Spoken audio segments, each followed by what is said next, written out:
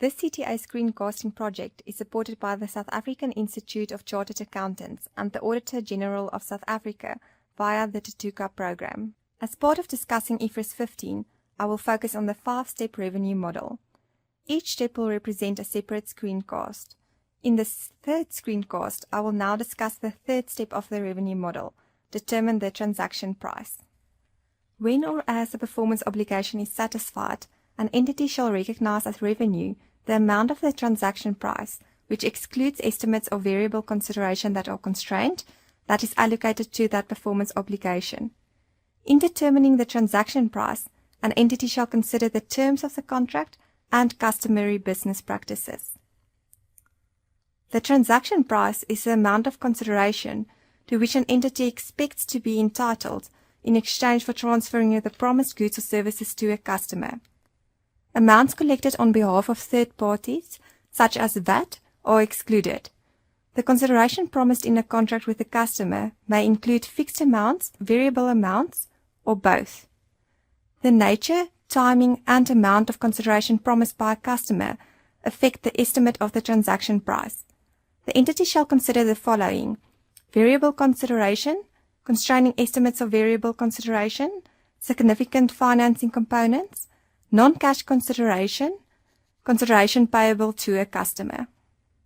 If the consideration promised in a contract includes a variable amount, such as refunds, discounts, rebates, credits, etc., an entity shall estimate the amount of consideration to which the entity will be entitled in exchange for transferring the promised goods or services to a customer. An entity shall estimate an amount of variable consideration by using either the expected value method or the most likely amount method. An entity shall apply one method consistently throughout the contract.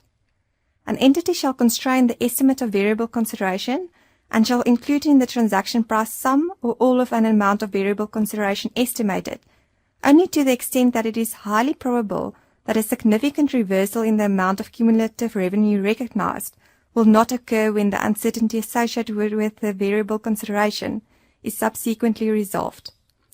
Specific factors which can be taken into account in assessing whether it is highly probable that a significant reversal will not occur are listed in IFRS 15 paragraph 57. An entity shall recognize a refund liability if the entity receives consideration from a customer and expects to refund some or all of that consideration to the customer. Thus, bank will be debited with the cash received and a refund liability will be credited with the amount it expects to refund to the customer. A refund liability is measured at the amount of consideration received or receivable for which the entity does not expect to be entitled to. The refund liability shall be updated at the end of each reporting period for changes in circumstances. In some contracts, an entity transfers control of a product to a customer and also grants the customer the right to return the product for various reasons. In such cases, in addition to the revenue and the refund liability recognized, an entity shall recognize an asset and corresponding adjustment to cost of sales for its right to recover products from customers on settling the refund liability.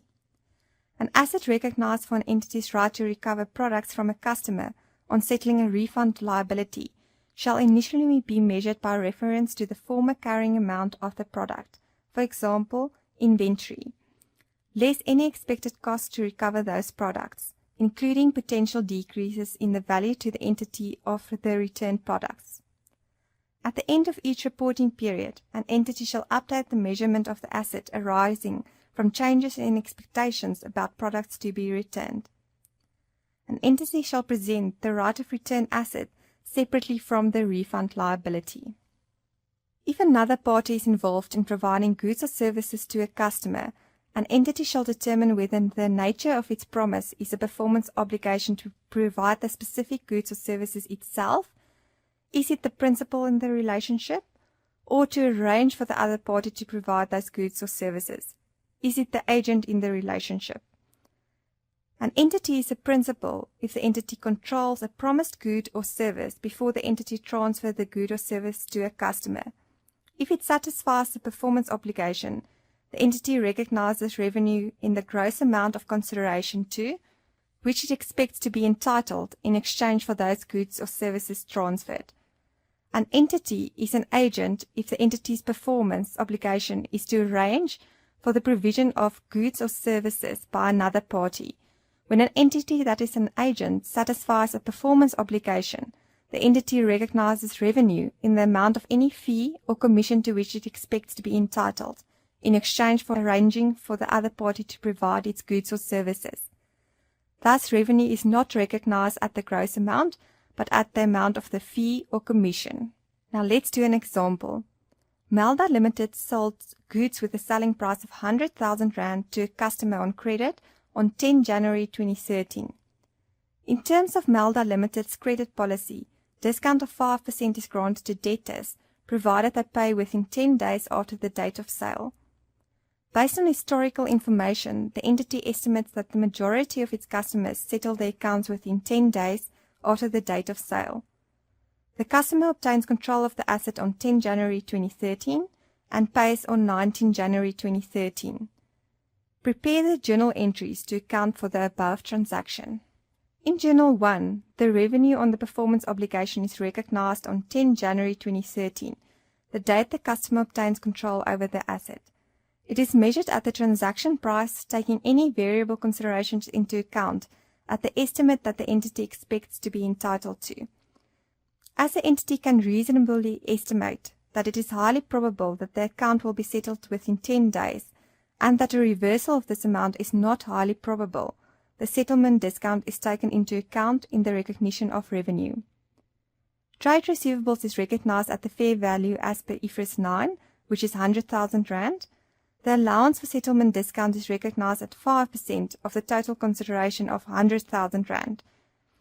Revenue is recognized at 95% after the estimated settlement discount has been taken into account. In Journal 2, when the customer settles the account on 19 January 2013, only 95,000 is received, as the customer paid within 10 days and thus is entitled to a 5% settlement discount. The trade receivables and allowance for settlement discount is derecognized, and it should now be zero after the payment. The illustrative examples number 20 to 32 and 45 to 48 in Part B of IFRS 15 provides additional examples on Step 3 of the revenue model, determine the transaction price. In the next screencast, I will discuss the fourth step of the revenue model, allocate the transaction price to the performance obligations. Thank you for your time and good luck in your preparation for the test.